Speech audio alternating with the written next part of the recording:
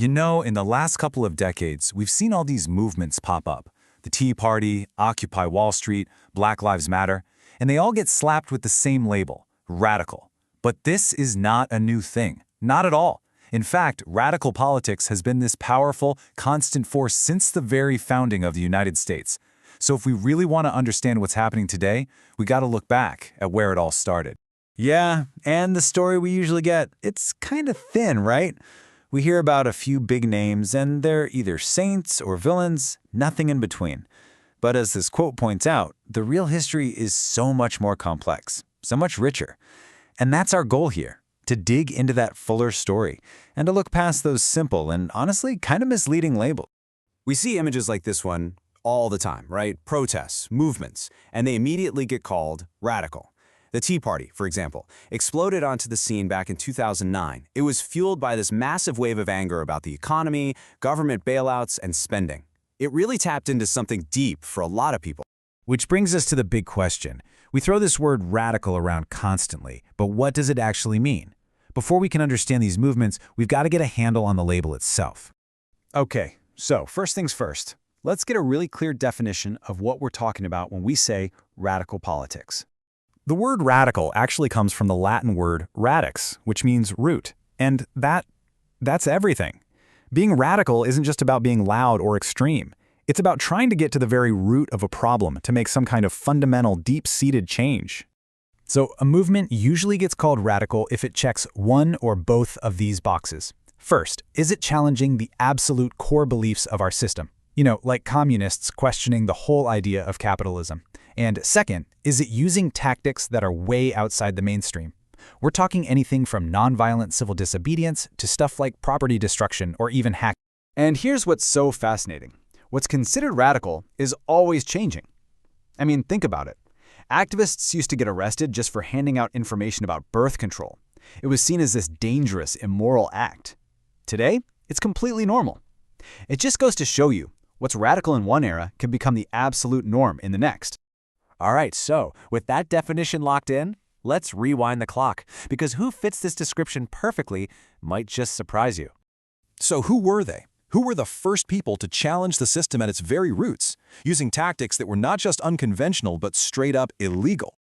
The answer? America's first radicals were its founders. I mean, look at this timeline. Between 1763 and 1776, colonists were engaged in all sorts of illegal and pretty violent actions. The Boston Tea Party wasn't some polite little get-together, it was the targeted destruction of a corporation's private property. These tactics were way outside the mainstream, and they ended in a full-blown war against their own government. And it wasn't just their actions.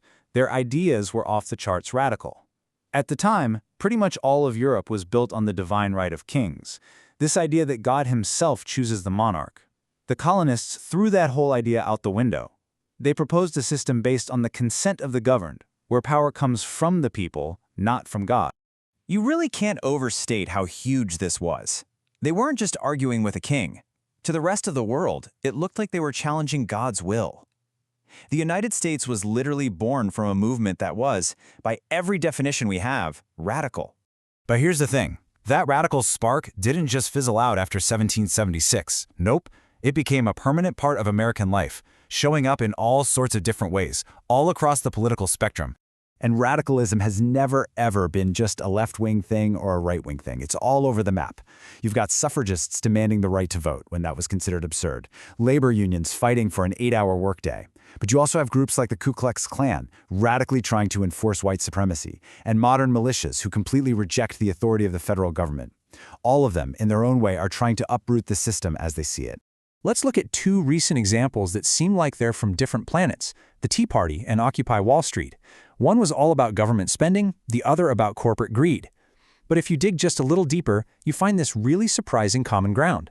They were both furious that the political system felt broken, unresponsive, and totally controlled by big money. But we have to be clear about something. This kind of activism is not a game. It often comes with a massive price tag. For so many people, challenging the status quo has meant losing their jobs, being put under surveillance, going to prison, or even losing their lives. And one of the most tragic, just gut-wrenching examples of this is the MOVE organization in Philadelphia. After years of tension with neighbors in the city, a police standoff in 1985 ended with police dropping explosives on their house from a helicopter. The fire that followed killed 11 people, including 6 children, and it burned down an entire city block. It's just a horrifying reminder of how these conflicts between radical groups in the government can spiral into absolute catastrophe.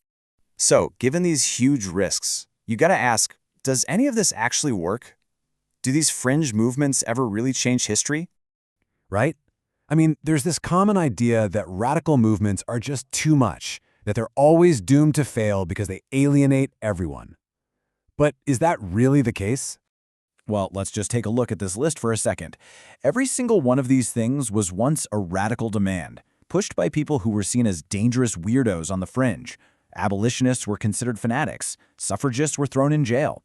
The 40-hour workweek was a revolutionary pipe dream from labor unions. And now, these are all just basic parts of our society. And that brings us to this really interesting irony, right? When a radical movement actually succeeds, its ideas become so normal, so mainstream, that we completely forget they were ever controversial in the first place. Their victory is so total that we forget there was ever even a fight, which just feeds the myth that radicalism never works. Ultimately, and this quote just nails it, radical is a relative term.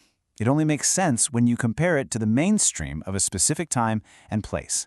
And that mainstream is always shifting, in large part because the radicals of yesterday are so often the ones who build tomorrow's normal. So that leaves us with one last thing to think about. When you look at the world today, at all the ideas being pushed from the fringes on all sides of the political spectrum, which ones are going to fade away into nothing, and which ones are going to become so normal one day that we'll forget they were ever considered radical at all?